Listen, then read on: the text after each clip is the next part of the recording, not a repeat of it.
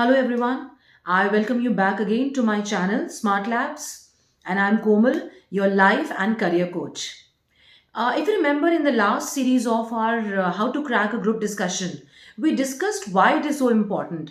Why is a group discussion so important in terms of sitting for placements or even looking at a possible admission to a very good college and university? But, my dear friends, please understand it is not that easy to understand a group discussion and also crack it successfully. Many of my students for last 20 years have found this a very problematic situation as to we don't know ma'am करना क्या है कैसे करते हैं how to plan it how to strategize it. Let me tell you, GDs are not done spontaneously. They have to be planned, they have to be strategized, and that is what I am here for today. आज का session पूरा focused है on dos and don'ts of a group discussion. 5 ऐसी चीजें जो आपको नहीं करनी चाहिए और 5 ऐसी चीजें which will sail you through. So today's session will first focus on 5 dos. आपको अगर जीडी क्रैक करना है, अगर आपको इंटरव्यूअर की आंखों में आना है और आपको वो केपेबल स्टूडेंट बनना है जिसको वो अपनी कंपनी में हायर करना चाहते हैं, then you should do this. Number 1, do. हर कंपनी को एक लीडर चाहिए, हर कंपनी को एक इनिशिएटिव टेकर चाहिए. सो पहला डू कहता है when the GD starts be the first one और सेकंड वन टू स्पीक.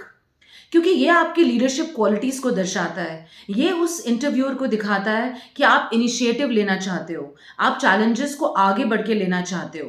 तो जब भी आपको टॉपिक दिया जाता है, think for 1 minute, think for 30 seconds, plan your self, plan your flow of thought, और पहले या दूसरे नंबर पे जरूर जीडी के अंदर आइए और अपने पॉइंट्स को रखिए अपना नाम कहते हुए, and then say today we are here to discuss this particular topic, and then move ahead with your discussion. Number 1. Number 2, very important. Try to have a very poised, very dignified demeanor. वहाँ पे आपको बहुत ही professionally, बहुत ही formally behave करना है.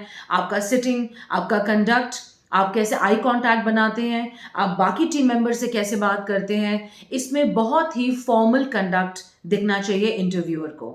And that is why the second dos कहता है कि आपको अपने कुलीग से, अपने टीम मेंबर से बहुत ही प्रोफेशनली बात करनी चाहिए. अगर आप किसी के पॉइंट से अग्री करते हैं या डिसअग्री करते हैं, so you say my dear friend, आपका पॉइंट ये हो सकता है but I tend to disagree, और माय डियर कुलीग, आजकल ऐसा नहीं होता, may be now the scenario has change. You should not pin point on what others are saying. आपको फिंगर्स को पॉइंट करके बात नहीं करनी चाहिए. बहुत ही डिग्निफाइड, प्रोफेशनल तरीके से आपको अपने आप को कंडक्ट करना चाहिए. नंबर 3, 10 से 12 मिनट के जीडी में एटलीस्ट आपको 4 या 5 वैलिड और रेलिवेंट पॉइंट्स आपको डिस्कस करना चाहिए. सो जो आपको शुरू का 1 मिनट मिलता है डिस्कस करने के लिए या सोचने के लिए, अपने वैलिड 3, 4, 5 पॉइंट्स को अपने माइंड में बनाइए. उनको स्ट्रैटेजाइज करिए कि मैं इसको कैसे बात करूंगा, और उस 10-12 मिनट में 5 या 6 बार बीच में इंटरवल या दूसरे की बात काटते हुए या अपने पॉइंट को अंदर कन्विंसिंगली रखते हुए, you have to come in the GD and then be a part of the GD. So at least speak for 5 to 6 minutes in a GD of 10 to 12 minutes. उसमें भी द थर्ड डू कहता है हर बार कम से कम 30 to 40 seconds, और अ golden rule says 45 seconds आपको अपने point को explain करना चाहिए.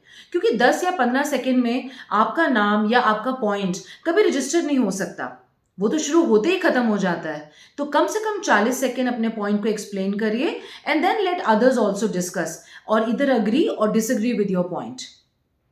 Number 4, when GD is about to end and the interviewer says to conclude, they say okay, who would want to conclude, या वो सबको कहता है कि conclusion करिए.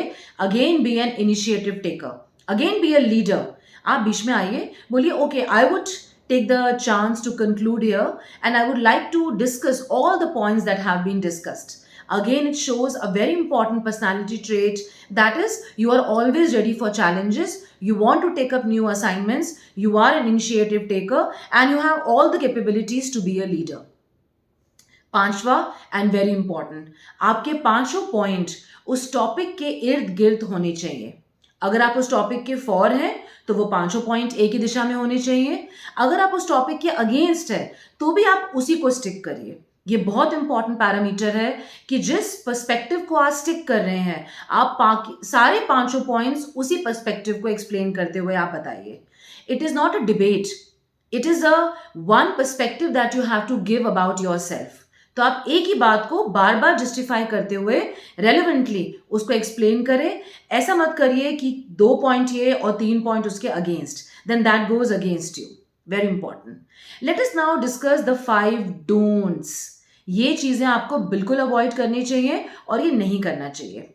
नंबर 1, आपके जितने भी पॉइंट्स हैं, अगर आप किसी और से अग्री नहीं करते या डिसएग्री करते हैं, आपका जो तरीका है बात करने का बहुत डिप्लोमेटिक होना चाहिए, बहुत डेमोक्रेटिक होना चाहिए. आप दूसरे की बात काट रहे हैं, लेकिन उसमें भी एक डिग्निफाइड तरीके से आप दूसरे से डिसएग्री करिए. कभी भी बहुत अग्रेसिवली या बहुत ही तू मैं के स्टाइल में आपको डिसएग्री नहीं करना चाहिए. That goes against you. वो आपकी एक कॉन्फ्लिक्ट मैनेज ना करने की पोजीशन को दिखाता है, या आप इंटरपर्सनल स्किल्स आपके अच्छे नहीं हैं, ये उसको दिखाता है. नंबर 2, अगर टॉपिक समझ नहीं आ रहा है या आपको लग रहा है ये मेरे अंडरस्टैंडिंग के बाहर है, कभी भी जीडी को स्टार्ट मत करिए. 2-3 और जीडी मेंबर्स को पहले बोलने दीजिए और उनके पॉइंट्स में से अपने पॉइंट्स को निकालिए, या उसको सपोर्ट करते हुए या उसके अगेंस्ट आपको अपने पॉइंट्स को रखना चाहिए. So this means that when you are in doubt, keep shut. Number 3, don't. This should completely be avoided. Don't become part of the fish market. अगर वो जीडी में काफ़ी तू मैं हो रहा है, काफ़ी आर्ग्यूमेंट्स और डिसआर्ग्यूमेंट्स हो रहे हैं, तो आप कोशिश करें कि आप उसका पार्ट ना बनिए. बिकॉज अगर आप भी फिश मार्केट का पार्ट बन जाएंगे, तो आपके अंदर और बाकी लोगों में क्या डिफरेंस रह गया. That means you can't keep your cool. That means you can not manage stress. That means you can not manage conflict. और आप भी उस भेड़ चाल का हिस्सा बन रहे हैं. इंटरव्यूअर को ये बिल्कुल पसंद नहीं आएगा. सो उस फिश मार्केट का पार्ट बिल्कुल मत बनिए. Number 4th don't. It's very important to be assertive but not aggressive. कभी भी अग्रेसिव अपना पलड़ा मत दिखाइए. अगर आप गुस्से वाले हैं या आप टेम्पर भी लूज करते हैं, ये वो जगह नहीं है. GD is not the place. Maintain your cool. Don't be aggressive. Be assertive. Be firm. अपने पॉइंट को रखिए, लेकिन उसको इस तरह से रखिए कि उसका इम्पैक्ट आपके इंटरव्यूअर या फैसिलिटेटर या जो कंपनी के ऑफिशियल्स हैं उनके ऊपर हो. और अपने आप को एक पॉजिटिव आउटलुक, एक बहुत ही लर्निंग ओरिएंटेड इंडिविजुअल की तरह आप पोर्ट्रे करिए. The last don't, again very very important. एक टॉपिक में दोनों पोजिशंस फॉर और अगेंस्ट कभी मत लीजिए. आप ऐसा लगेगा कि आप एक कंफ्यूज पर्सनैलिटी हैं. ऐसा लगेगा कि आपको पता ही नहीं है कि आप क्या बोल रहे हैं. अगर वो टॉपिक कैसा भी है, आप एक उसका फॉर या अगेंस्ट का स्टैंड ले लीजिए और उसी को स्टिक करते हुए अपने सारे पॉइंट्स को डिस्कस करिए. So I hope this video was relevant to you. You understood the basic do's and don'ts of a GD, how to crack a GD.